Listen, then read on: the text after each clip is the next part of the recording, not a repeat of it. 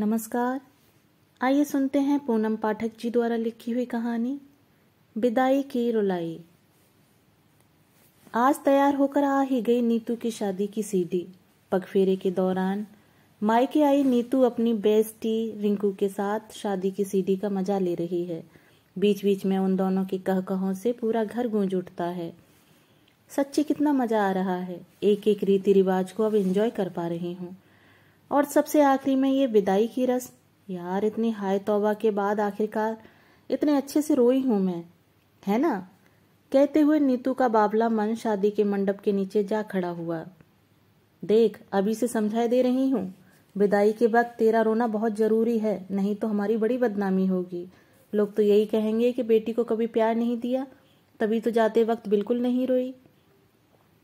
अच्छे से समझ ले, वरना पता चला उस वक्त भी खीखी करके हंस रही है। मंडप के नीचे किसी बात पर नीतू के जोर से हंसने पर माँ का प्रवचन चालू था। पर क्यों माँ? अकेला लड़का, वो भी मेरी पसंद का, अच्छी जॉब और पैसे वाला। सास ससुर इतने सीधे कि अगर मैं रोई तो वे भी मेरे साथ ही रोने लगेंगे। फिर क्यों ना हंसते हंसते विदा हो जाऊं? उसने कहा था। अरे नाक कटवाएगी क्या? हमारे यहाँ लड़कियां विदाई के समय पूरा मोहल्ला सिर पर उठा लेती हैं। देखा नहीं था कुछ सालों पहले हुई शादी में तेरी बुआ कितना रोई थी?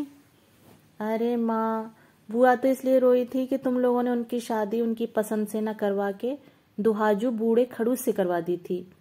बेचारी बुक्का फाड़ के न रोती तो क्या करती?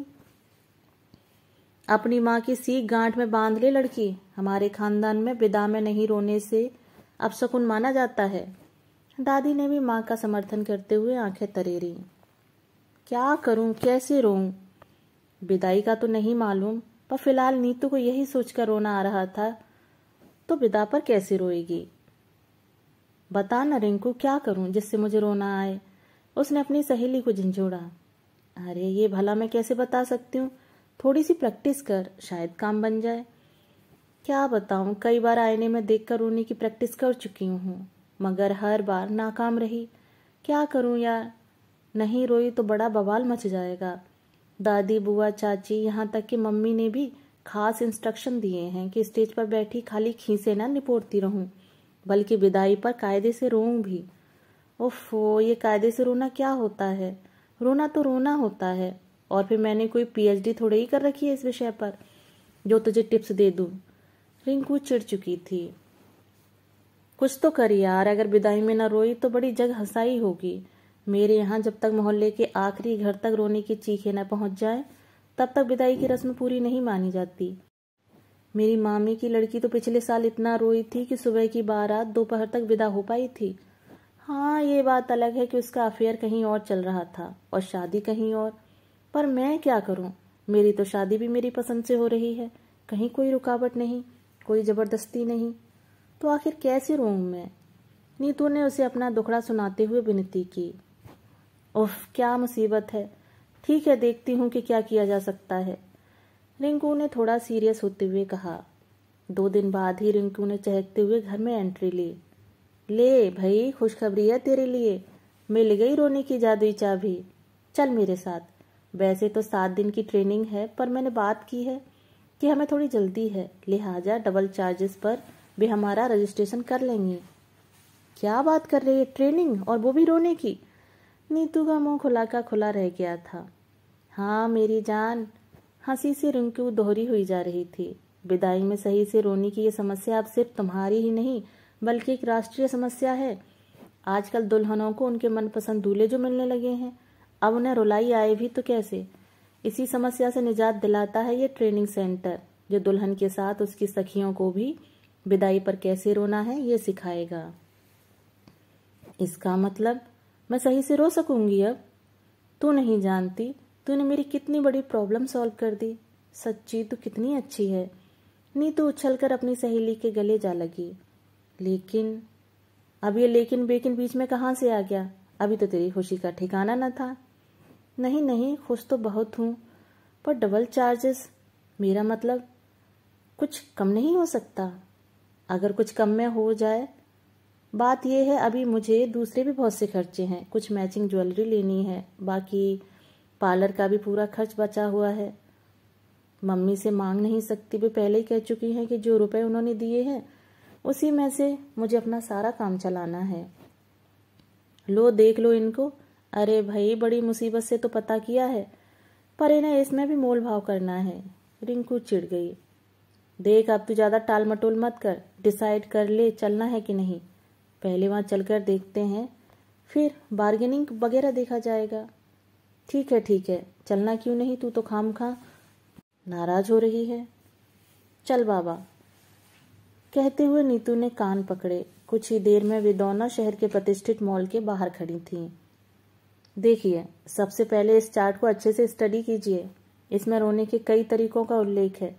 हर रुलाई का अलग चार्ज है। रिसेप्शन पर बैठी मैडम ने मुस्कुराते हुए उन्हें एक चार्ट पकड़ाया। उनकी आंखें चौड़ी होती चली गईं। रोने के तरीकों को देखकर सिंपल रुलाई, शालीनता से धीरे धीरे रोना 5,000, मगरमच्छी रुलाई, बिना एक भी आंसू टपकाए रोने की सिर्फ आवाज निकालना 4,000, सैलाबी रुलाई, ऐसे जोर से रोना मानो सैलाब आ गया हो 3,500, दहाड़े मार रुलाई, रुक रुक कर दहाड़े मारना जैसे कहीं बम के धमाके हो रहे हों 3,000, सिसकी रुलाई, सिसकते हुए रोना 2,500, सम्मिलित रुलाई, सभी सखियों सहित एक साथ रोना 2,000। बहुत देर विचार विमर्श करने के बाद नीतू ने मगरमच्छी रुलाई का चुनाव किया, क्योंकि उसका तो लक्ष्य ही आवाज करके रोने का था। अपने कीमती आंसू को तो वो एक भी बर्बाद नहीं करना चाहती थी। सुनिए, हमने मगरमच्छी रुलाई का चुनाव कर लिया है।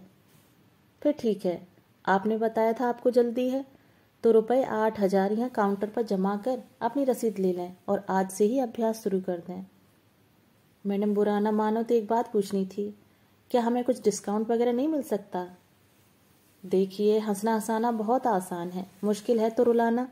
वैसे भी जिंदगी में एक बार का ही तो खर्च है ये, और फिर आपके नाते रिश्तेदार, जान पहचान वाले, सखी सहेलियां, सबके सामने आपको आपकी परफॉर्मेंस देनी होगी, तो ऐसे खास मौके के लिए कुछ खास खर्च भी तो बनता है। वैसे मेरी माने तो ज़्यादा कॉस्टली नहीं है यहाँ, फिर भी अगर आपको प्रॉब्लम है तो सराउंडिंग में पता करके आ सकती हैं, सब जगह इससे ज़्यादा ही चार्जेस हैं। रिसेप्शन पर बैठी मैडम का मूड उखड़ने लगा था। अजी नहीं, हमें तो आप पर पूरा भरोसा है, कहीं और जाने की क्या ज़रूरत है। नीतू को चुप रहने का इशारा करते हुए रिंकू ने बात संभाली। जाने कहाँ कहाँ से चले आते हैं, शादी में लाखों रुपए लगा देंगे, पर विदाई में रोने की तो जैसे कोई वैल्यू ही नहीं। इतनी कंजूसी दिखाएंगे कि बस। रिसेप्शन वाली मैडम का धीमे स्वर में बड़बड़ाना चालू था। मरती क्या न करती। आखिरकार रुपए 8,000 जमा कर नीतू ने रोने का अभ्यास करना शुरू कर दिया। अब रिंकू ने इत्मीनान से सोफे पर पैर पसारे और बैठे बैठे चारों तरफ नजर घुमाई। एक बड़े हॉल में ग्लास पार्टीशन थे। होने वाली दुल्हनें उसमें अपने अपने तरीके से रोने में लगी थी। एक बात तो पक्की है, कईयों की फूहड़ रुलाई देख सामने वाले की हंसी छूटना तय है। खैर, मुझे इससे क्या, रिंकू मन ही मन बुदबुदाई। करीब आधे घंटे बाद वे दोनों वहां से निकली तो ट्रेनिंग सेंटर की सीढ़ियां उतरते वक्त नीतू के बाएं पैर की एड़ी हल्की लचक के साथ मोच खा गई। हाय, इसे भी अभी ही चोट खानी थी। पैर को पकड़े हुए नीतू दर्द से बेहाल थी। अरे कोई नहीं, कुछ पाने के लिए कुछ खोना भी पड़ता है। न चाहते हुए भी रिंकू के होठों पर दबी दबी सी हंसी तैर गई। अच्छा, मुझे अच्छी खासी चोट लगी और तुझे मजाक सूझ रहा है, नीतू ने उसे घूरते हुए कहा। अरे नहीं यार, ऐसी बात नहीं है।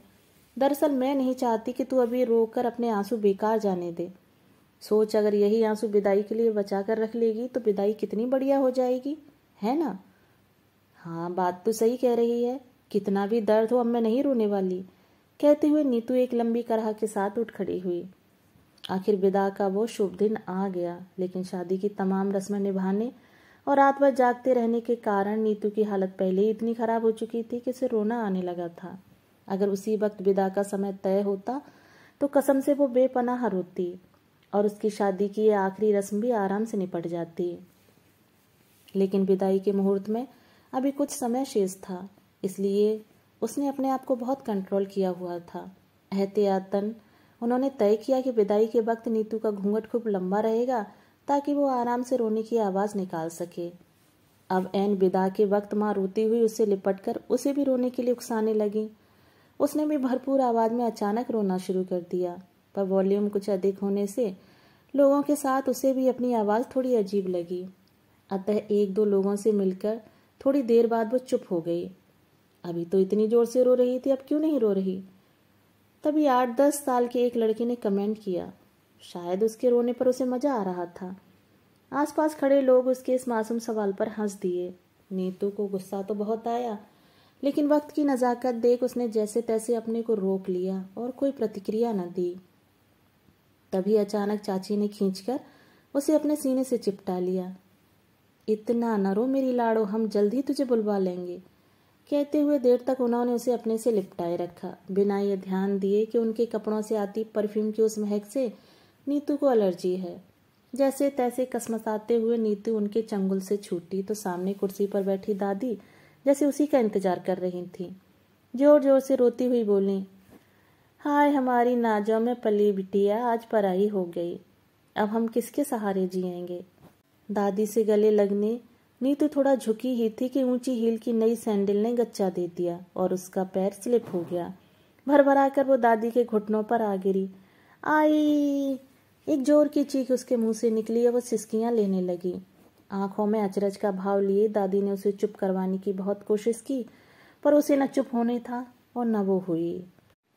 असल में गिरने से उसकी उसी एड़ी में फिर से चोट लग चुकी थी जो पहले से ही तकलीफ में थी। तमाम रीति रिवाजों से थककर वो पहले ही चोट थी, ऊपर से चोट भी काफी लग चुकी थी और उसमें दर्द भी बहुत हो रहा था, इसलिए अब उसे असली का रोना आ चुका था। लोग आते गए, गले लगाकर उसे चुप कराते गए, पर जितना उसे चुप कराया जाता वो उतनी ही जोर से दहाड़े मारने लगती। सच, सबसे ज्यादा आश्चर्य तो मुझे इस बात का हो रहा था कि सबके रोने पर ठाका लगाकर हंसने वाली तू अपनी विदाई पर इतना रियल कैसे रो रही थी। हाँ यार, मैंने भी सोचा नहीं था कि परिस्थितियाँ कुछ ऐसी बन जाएंगी कि एक्टिंग करते करते मुझे सच्ची का रोना आ जाएगा। लेकिन उस वक्त जो भी हुआ, भला हो उस ट्रेनिंग सेंटर का, जहाँ जाने से लगी चोट तुझे इतना दर्द दे गई कि तेरी विदाई सबके लिए यादगार बन गई। और फिर तेरी शादी की सीडी भी क्या खूब बनी। हाँ हाँ हाँ, दोनों के ठहाकों से एक बार फिर पूरा घर गुंजायमान हो चुका था। दोस्तों, अभी आप सुन रहे थे पूनम पाठक जी द्वारा लिखी हुई कहानी। दोस्तों, कहानी आपको कैसी लगी कमेंट बॉक्स में अपने विचार जरूर साझा कीजिएगा। कहानी सुनने के लिए धन्यवाद।